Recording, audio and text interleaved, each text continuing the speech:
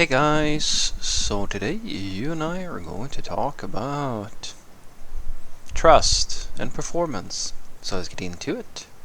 So the question in question was, hi Frederick, would you say that software engineering managers are instrumental in creating high trust and high performance teams? Nope, usually not. I would say the average engineering manager is it's because it's really difficult to do that. I've met a few candidates or like people who have like the sort of personality that can make that happen, but the trust and high performance, it's more difficult than that because the engineering manager usually is more focused on the people aspects of the development process. There are absolutely engineering managers who can come with suggestions on like how you can do things in a slightly better way. I've found that if you have a fairly technical engineering manager who, and now I'm talking like not in terms of the best possible tech skills that you could imagine, just on average what I've seen, the ones that are technical, they usually have knowledge about basic things such as how to set up a CI pipeline or how to work in an agile way or things such as that. And like they know about the concept of, say, unit tests, but they don't really know how to make them themselves necessarily, etc., etc. So they can give these sort of, to me it's sort of like getting health tips from a general practitioner, like eat healthy, don't smoke, etc., etc. It's sort of these things where if you are completely oblivious to that stuff, it has a use, but for someone who has even a semi-experienced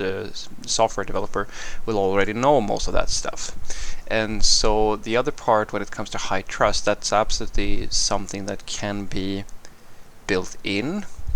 But my argument is that there is no substitute for effective execution within the daily work that an engineering manager can help out with. They really can't. They can, as I said, because they're on the outskirts of the actual work.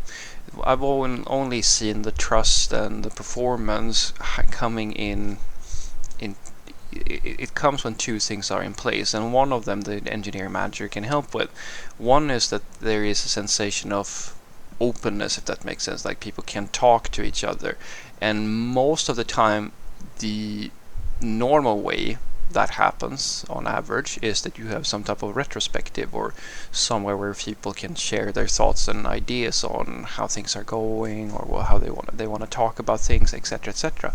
And that's not something really dependent. I've only been in one company where the engineering manager was involved to a point where they were facilitating such a discussion and being involved in the team. Most engineering managers they are responsible for many people. They don't actually talk to you on a daily or even sometimes weekly basis. And then the other aspect is that the teams themselves, they need to feel as if they are working on something that is working fairly effectively or efficiently efficiently, and that's not something the engineering manager can help with either.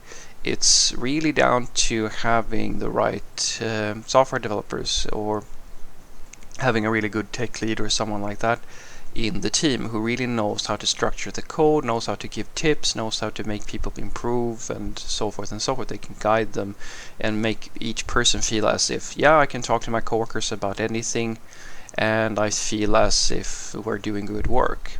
These are the things that make, because that's the thing that I usually criticize with a lot of companies who have this.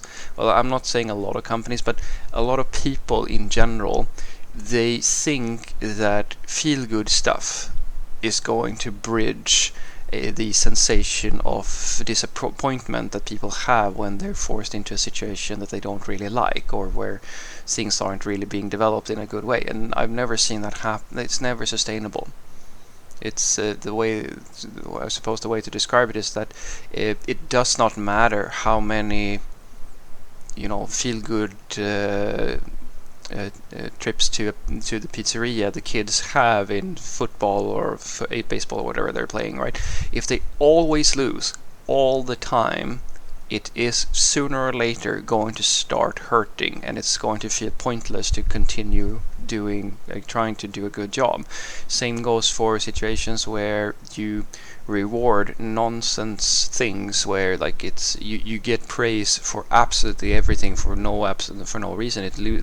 Like the sensation of accomplishment gets diminished when you actually don't feel like you're accomplishing anything. And to me, that is the real trick in building a really strong, high-performing team and creating trust. And that is the trick is to figure out each individual person who's working in the team and sort of what they need emotionally to feel as if things are going really well, and they feel as these are the people I want to do this thing with. And as I said, that so micro level that most engineering managers are never involved at that point. Most of them are involved at a much higher level and are much more focused on, one-to-ones or talking with different stakeholders, and doing the hiring is a really, really big part of it. But things that are happening at this level is usually something that I believe that the tech lead or someone like that is most capable of dealing with.